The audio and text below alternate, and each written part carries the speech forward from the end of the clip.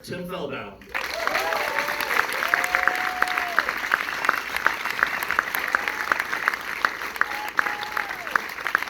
Next up, please welcome from the cast, Peter Sarsgaard.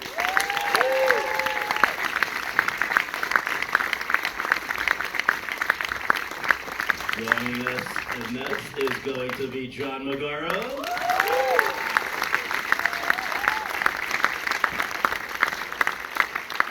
And last but certainly not least, please welcome Ben Chaplin.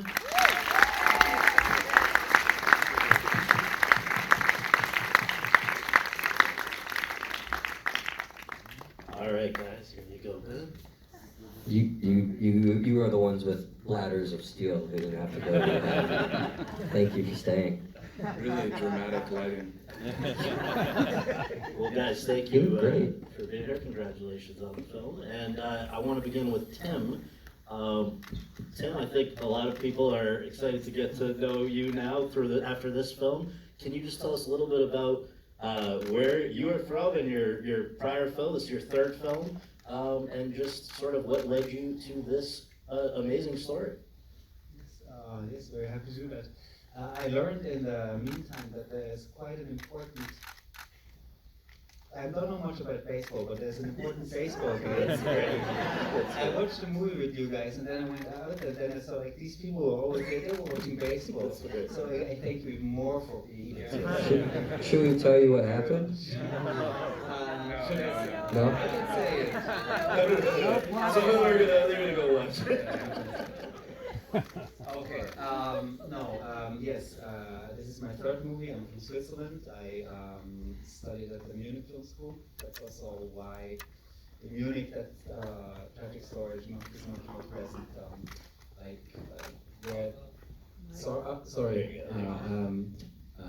Swiss. I said.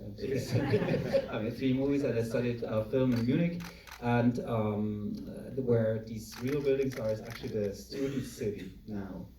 So we shot a lot of student movies were shot there, and we always knew this is where this tragic story actually happened. Yeah, and to get back to your question, how I came up with the idea, or how we came up with the idea, I introduced you to my producing partners. It's an interesting story because actually we wanted to do something generally about that day in Munich. So we were with the writer and producers, we were researching a lot on all sides. We had access to the police files that only recently have been made accessible to the public. We researched about the politician side, everything. And also quite early on we learned that the media played an important role on that day, especially the TV channel ABC Sports, because they were the only ones having a live camera on site. And we were then lucky enough to find an eyewitness and had a conversation with him. That is Jeffrey Mason, the character that John plays in the movie. And we had a quite long research conversation with him, and it was really interesting, and he told us about everything that he experienced in this 22 hours of broadcasting on this tragedy. And this was so interesting and seemed also in a way so, although it's happened such a long time ago, so relevant for today's media world in a way, that afterwards we then said like maybe it could be an idea that we tell the story only from that perspective.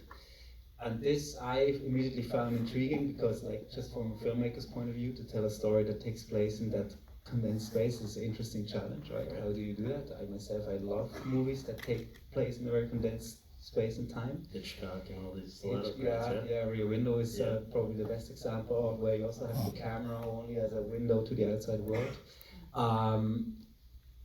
And the other thing is that as someone who's working in the media myself, I found it connected to that, or thought that this is something that I could tell a story about. Nowadays, it's more and more it's an important discussion on who can tell a story and what, right? And I think that's good that we have this discussion more and more. And I felt that, can I tell something about the media? Yes, I can. Probably other sides of that story, I don't know if I would be And of course also producers loved the idea for another reason also. We could do it for only a fraction of the original budget. Yeah. The original script was really long, and then we didn't really know how to finance it. And I'm just saying that because I think it's an interesting example of that sometimes a restriction of budget or it can lead to a more interesting, can inspire creative thoughts. Absolutely. Maybe then lead to a more interesting result. Well, and one limitation that I think you guys imposed upon yourselves, which is really cool about this film, I think, is the fact that you were going to blend actors with archival footage, but that was not going to be possible without the blessing of ABC, which is now owned by Disney, which is, doesn't give out stuff without, a conversation. So was that Jeff Mason, as one of the original guys who was a survivor of that day, was he able to help facilitate access to some of that? Oh yeah, very much. It's exactly as you say. I can take credit for that. That was the producers that really did a tremendous job on getting these rights, because it was really complicated. And at the same time, it seemed crucial for us to have that footage. I have to say, some of the scenes that were what we staged again, but because it's a different angle that we needed as well. So we also shot some scenes in the Olympic Village.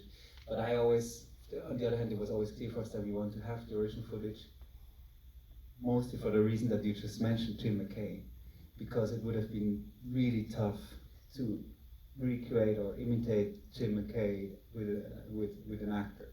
But so that's, and then the real Jeffrey Mason, he's very connected in the sports world still, and he could then help us. And when I was with John and I went to control rooms in New York to study the dynamics there, to how these people talk to each other and everything. And when we were there, there was a lucky incident that I ran into the son of Jim McKay, Sean McManus, who was the head of CBS Sports. And he then also gave us his blessing. And I think this helped us to get the copyrights. That's great. Well, let's talk about